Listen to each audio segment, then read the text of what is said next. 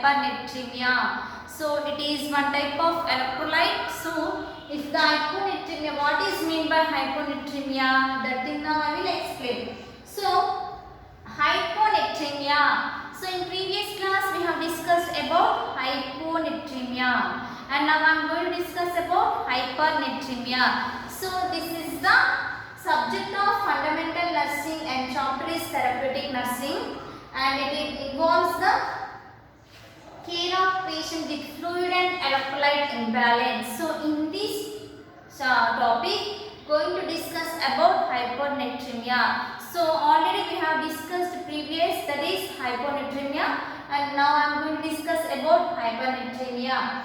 So what is meant by hypernatremia? So by name itself you can understand that is the increasing the level of sodium level. So increasing the level of sodium. So this excessive of sodium in the extracellular fluid. So where this excessive sodium are present? So in the ECF, extracellular fluid. So this is the meaning of hypernatremia. Whereas seen in hyponatremia there is less sodium levels. That also we can find the two presence in the extracellular fluid only.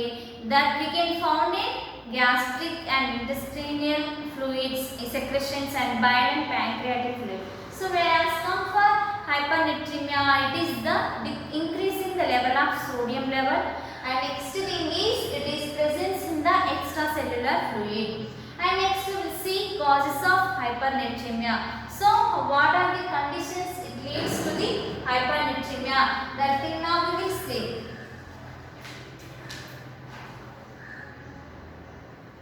So what are those causes? First one is irreversible insensible water loss. So what is the first one is insensible water loss.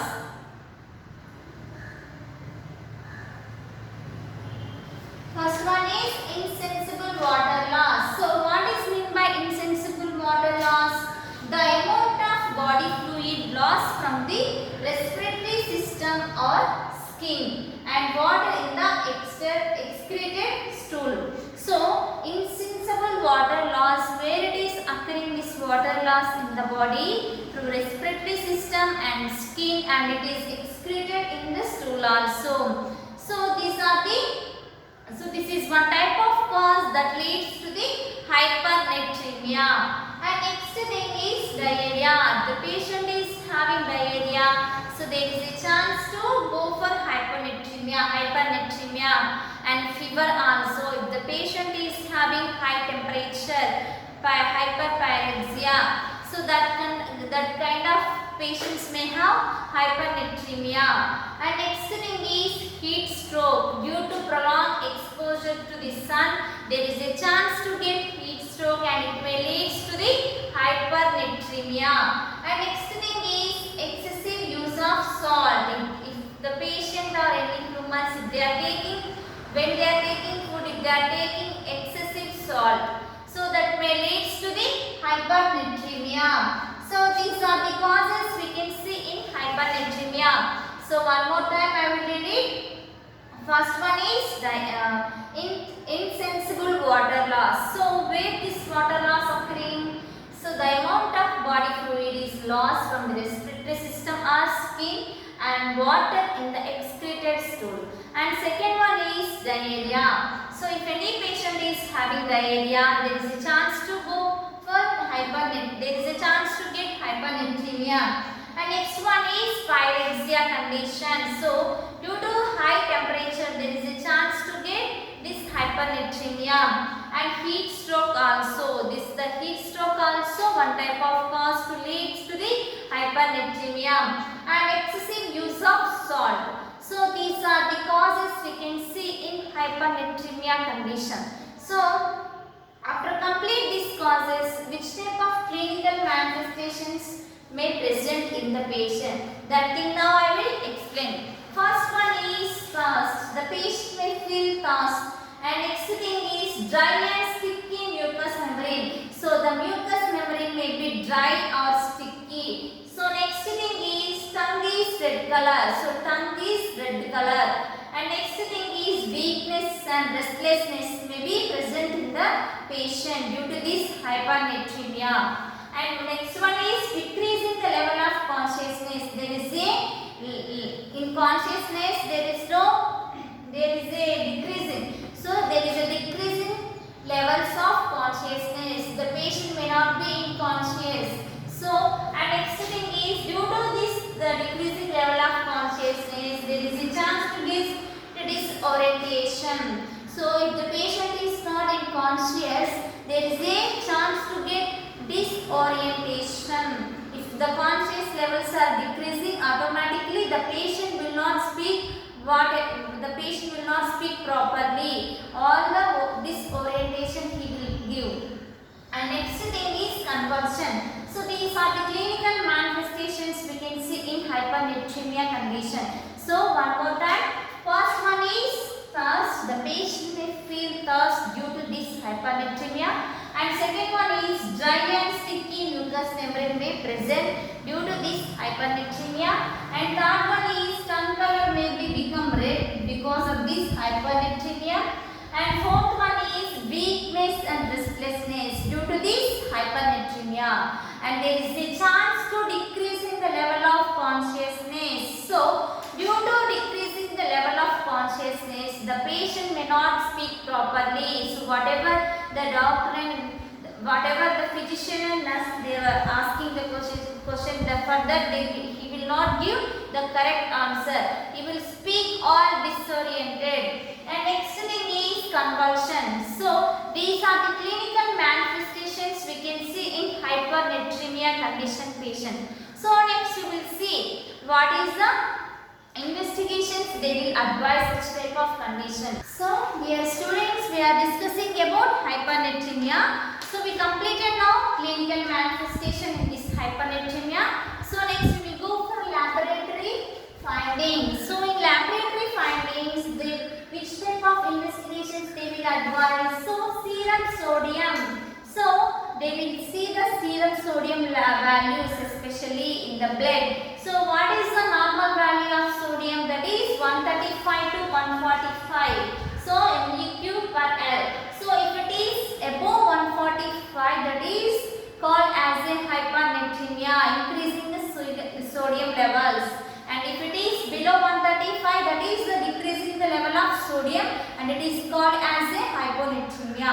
And next one is serum osmolality. So they will check this investigation also. If it is above 300, so the normal value is 285 to 295. So if it is above 300, there is an abnormality. So there is a chance to get hypernatremia.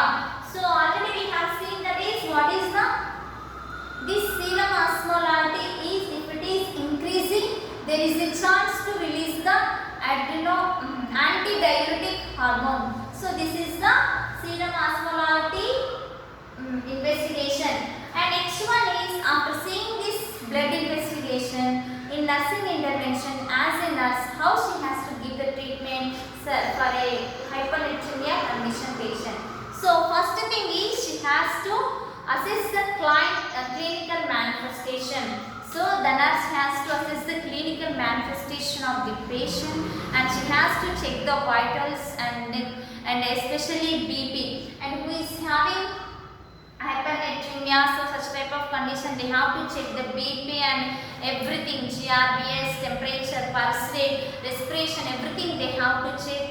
And next thing is after checking the vitals, they have to monitor the fluid intake output. So how much ml of fluid the patient is taking and how much ml of urine output is passing. That thing the nurse has to observe. And next thing is she has to monitor the behavior changes. So already we have seen that is in behavior changes, whereas for clinical manifestation disorientation. So the patient may have behavior changes, that is disorientation may be present and restlessness may be present in the patient. So the nurse has to observe for those conditions. She has to observe for those conditions. And next thing is for decreasing to make this sodium level in normal. So what is the role of nurse? She has to encourage the patient to provide, according to the physician order, she has to provide the saline. So that may be of saline. So of NS. So of NS may be, of NS also may be administered to the, of NS also can give to the patient. And next thing is 5% dextrose also. So according to the physician order, the nurse has to administer the saline solution to the patient, and she has to encourage the patient to take diet which is not the nurse has to tell the patient to restrict salt diet, to take restricted salt diet. So without salt the patient has to take the diet. So because the sodium levels are high.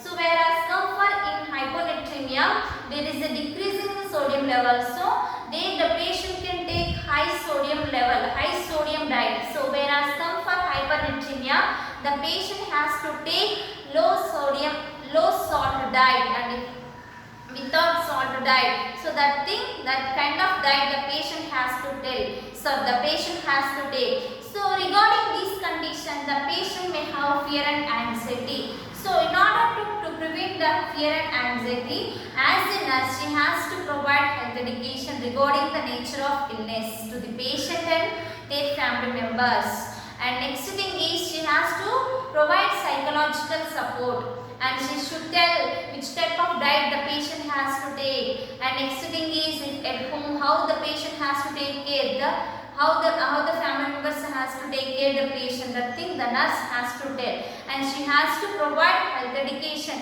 by showing the pictures. So these things we can see in nursing intervention. So completed now hyponatremia topic. So whatever I have discussed till now, one more time I will summarize. That is, first we have seen hyponatremia, and second thing is hypernatremia. So what is mean by hypernatremia? It is nothing but increasing the sodium levels in the extracellular fluid.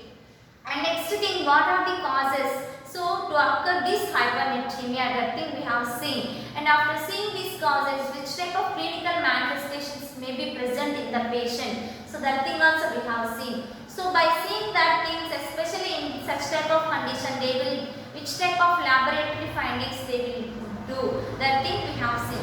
So after that, as a nurse, how she has to take care of the patient, that thing we have seen in nursing intervention. So completed this topic. Thank you.